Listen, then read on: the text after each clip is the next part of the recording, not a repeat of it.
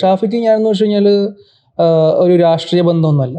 ഞങ്ങൾ തമ്മിൽ വളരെ ചെറുപ്പം തൊട്ട് ഷാഫി പറമ്പിൽ എന്ന് പറയുന്ന ആൾ നിങ്ങളെ കാണുന്ന ഈ പറഞ്ഞ M P M L A ഒക്കെ ആവുന്നതിന് മുമ്പ് അദ്ദേഹം ഒരു ജില്ലാ പ്രസിഡന്റ് ആയിരിക്കുന്ന സമയം തൊട്ട് വളരെ അടുത്ത സൗഹൃദമുള്ള ഒരാളാണ്. അദ്ദേഹം ഒന്നുമല്ലാത്ത ഒന്നുമല്ലാന്ന് വെച്ചാൽ ഞാൻ ജില്ലാ പ്രസിഡന്റ് ആയിരിക്കുന്ന സമയത്ത് കഴിച്ചപ്പെടുന്നത്. അദ്ദേഹത്തിൻ്റെ ചെറിയൊരു പ്രായത്തിൽ എൻ്റെ ചെറിയ പ്രായത്തിലുണ്ടായ ഒരു സൗഹൃദമാണ്.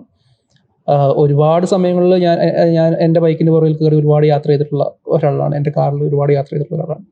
അദ്ദേഹത്തിൻ്റെ ഫാമിലിയായിട്ട് അദ്ദേഹത്തിൻ്റെ അനിയനൊക്കെ എൻ്റെ ബെസ്റ്റ് ഫ്രണ്ട്സാണ്. എൻ്റെ പ്രീസിലൊക്കെ അദ്ദേഹത്തിൻ്റെ ഒരു കസിൻ ബ്രദറിൻ്റെ പ്രീസിലൊക്കെ വർക്ക് ചെയ്തിട്ടുണ്ടായിരുന്നു. അപ്പോൾ അദ്ദേഹത്തിൻ്റെ കുറേ കസിൻസ് ഉണ്ട് അദ്ദേഹത്തിന്.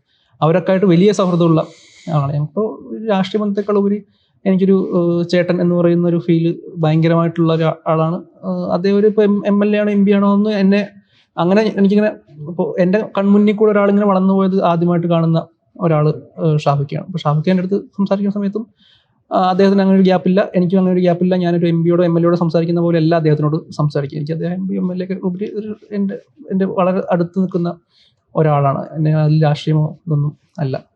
പിന്നെ എനിക്ക് പറയുന്ന പോലെ എനിക്ക് വ്യക്തമായിട്ടുള്ള രാഷ്ട്രീയ കാഴ്ചപ്പാടുള്ള ഒരാളാണ്.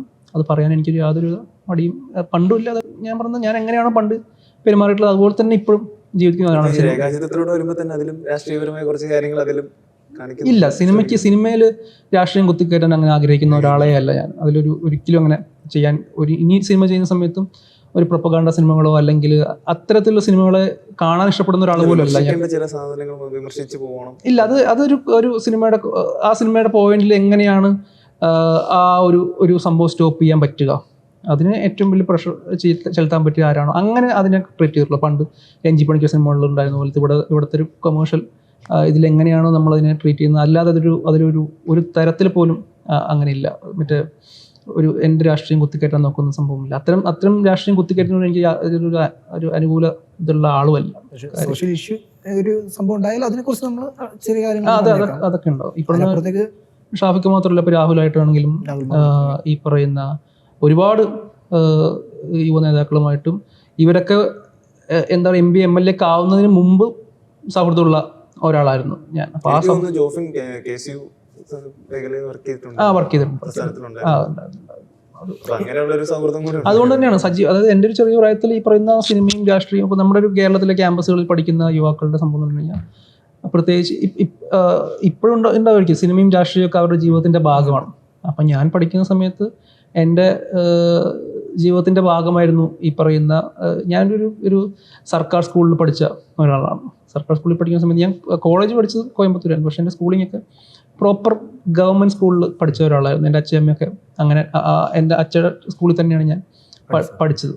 അപ്പോൾ അവിടെയൊക്കെ സ്കൂളിൽ സജീവ രാഷ്ട്രീയം ഉണ്ടായിരുന്നൊരു സ്കൂളാണ് എൻ്റെത്. മുണ്ടൂർ ഹൈസ്കൂൾ എന്ന് പറയുന്ന ഞാൻ പഠിച്ച സ്കൂളിൽ ഇപ്പോഴും അവിടെ ഇലക്ഷൻ നടക്കുന്ന SFI KSU ABP എന്ന് പറയുന്ന ചെറിയ 5ാം ക്ലാസ്സിലെ കുട്ടികൾ വരെ കാൻഡിഡേറ്റ്സ് ആയിട്ട് രാഷ്ട്രീയപരമായിട്ട് ചിന്തിക്കുന്ന അത്രയും പൊളിറ്റിക്കലി അങ്ങനെ നിൽക്കുന്നൊരു സ്കൂളിലാണ് ഞാൻ പഠിച്ചത്. അപ്പോൾ ചെറിയ പ്രായം തൊട്ട് എനിക്ക് രാഷ്ട്രീയമുണ്ട്. എൻ്റെ അച്ഛൻ സ്കൂളിലൊക്കെ നിന്നുണ്ട്. എൻ്റെ അച്ഛൻ സജീവ രാഷ്ട്രീയത്തിലുണ്ടായിരുന്ന അധ്യാപകനായിരുന്നു, സജീവ രാഷ്ട്രീയത്തിലുണ്ടായിരുന്ന ആളാണ്. അപ്പോൾ അതുകൊണ്ട് തന്നെ വീട്ടിൽ പൊളിറ്റിക്സ് ഉണ്ട്, ജീവിതത്തിൽ പൊളിറ്റിക്സ് ഉണ്ട്.